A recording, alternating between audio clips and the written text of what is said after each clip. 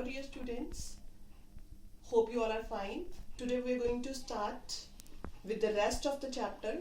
As you are already aware, we have done first 3 exercises of chapter 1, which was the sentence. Today we'll continue with rest of the chapter.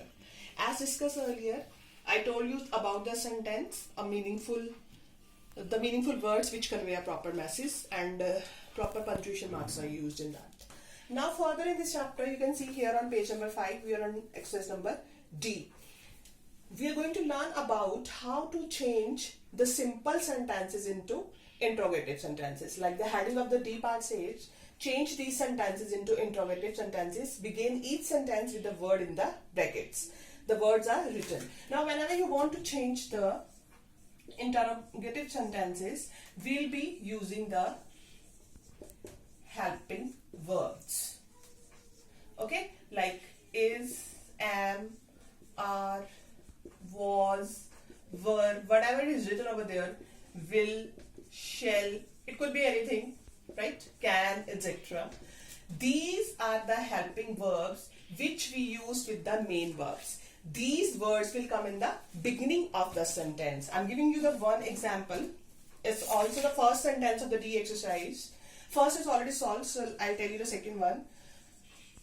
You were late at the party, right? You were at the party. It's understood, it's declarative sentence. Okay, so which one is the helping verb here? You all can see were. So this were, how we are going to use it? Were, W should be capital. Were you at the party?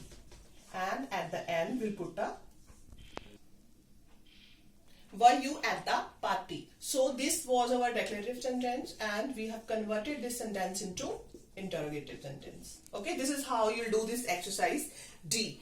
Everywhere if you see the book, the words which we have to use as the helping verbs are there at the end of the sentence. Alright, I hope this is clear. Like one more example I'm taking from the book itself. He will come tomorrow. Okay, so will start the sentence, will he come tomorrow, and end your sentence with the question mark. Okay. One more rule. In case if the imperative sentence is there. Imperative sentence, for example, come here is written. Right? It's clear it is imperative sentence. So you'll think that which helping verb will come in the beginning.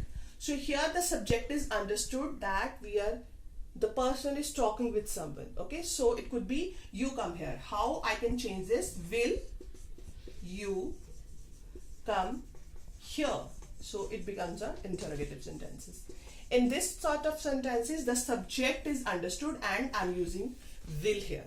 Alright. So moving further to the E part. What is here in this?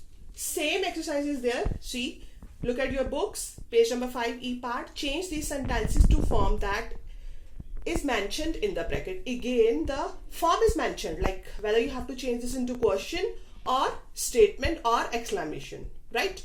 Question is just like the D part we have already done.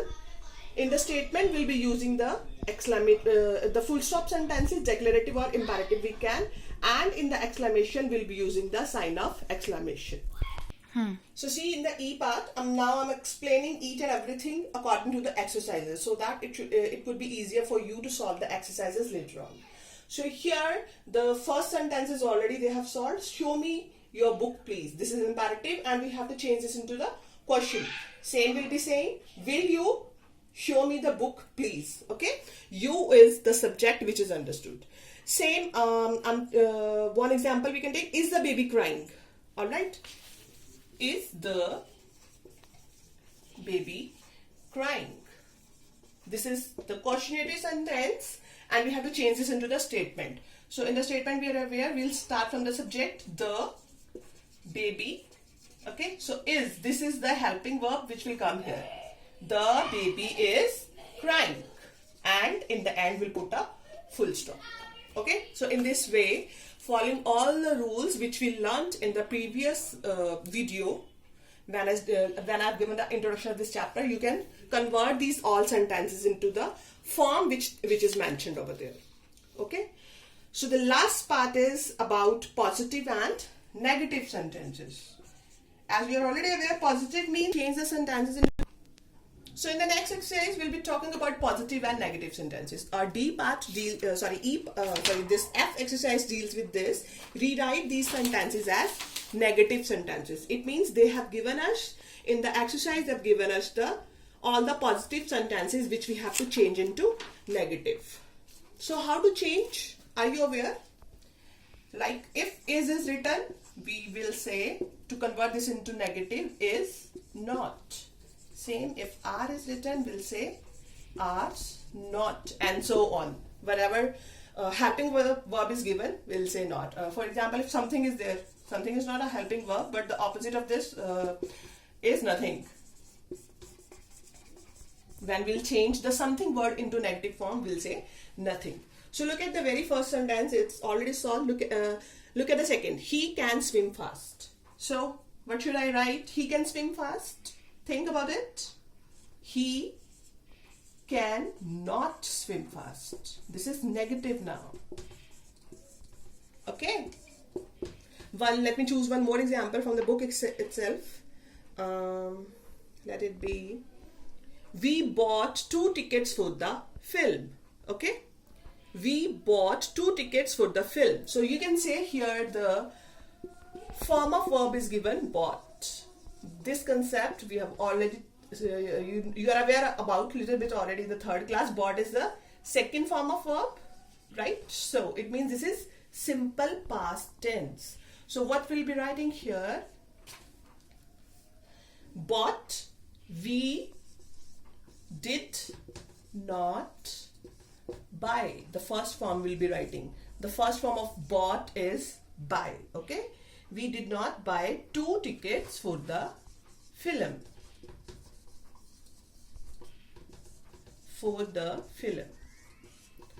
Alright, in this way you'll solve this part as well, part F. I'll be sending you the solutions also. The day when you'll get the homework of this D, E and F, on the same day I'll send the solution for this exercise, and you can match your answers with the solutions. But be honest, solve these exercises first and later on match the solutions. Remember to use the pencil. Alright, on this, whatever work you're doing on the book, you have to use the pencil. Be neat. Okay, and this is about the first chapter which we have covered. In the next video